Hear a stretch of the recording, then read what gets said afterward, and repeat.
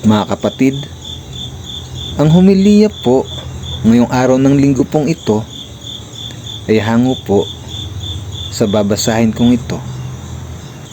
Marcos, Kapitulo 9, versikulo 38 hanggang 43. Versikulo 45, versikulo 47 hanggang 48. Kapanig natin ang hindi laban sa atin. Sinabi sa kanya ni Juan, "Guro, nakakita po kami ng isang taong nagpapalayas ng mga demonyo sa pamamagitan ng inyong pangalan. Pinagbawalan namin siya dahil hindi natin siya kasamahan."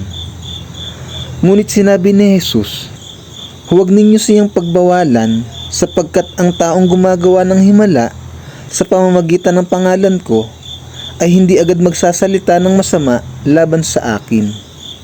Sapagkat ang sino mang hindi laban sa atin ay panig sa atin.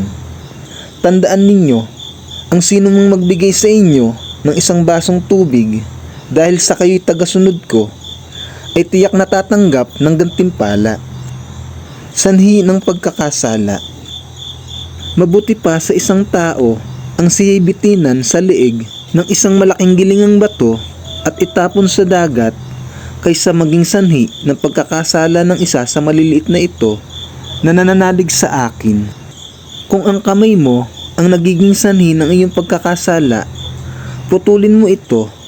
Mas mabuti pa ang magkaroon ng buhay na putol ang isang kamay kaysa may dalawang kamay na mapunta ka sa impyerno, sa apoy na hindi namamatay. Kung ang paa mo ang nagiging sanhi ng iyong pagkakasala, putulin mo ito. Mabuti pa ang magkaroon ng buhay na putol ang isang paa kaysa may dalawang paa na mapunta ka sa impyerno. At kung ang isang mata mo ay nagiging sanhi ng iyong pagkakasala, dukitin mo ito. Mabuti pang pumasok ka sa kaharian ng Diyos na kulang ng isang mata kaysa may dalawang matang itapon ka sa impyerno. Dooy hindi namamatay ang mga uod at ang apoy."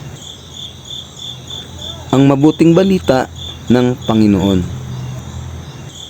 Pinupuri ka namin, Panginoong Hesukristo.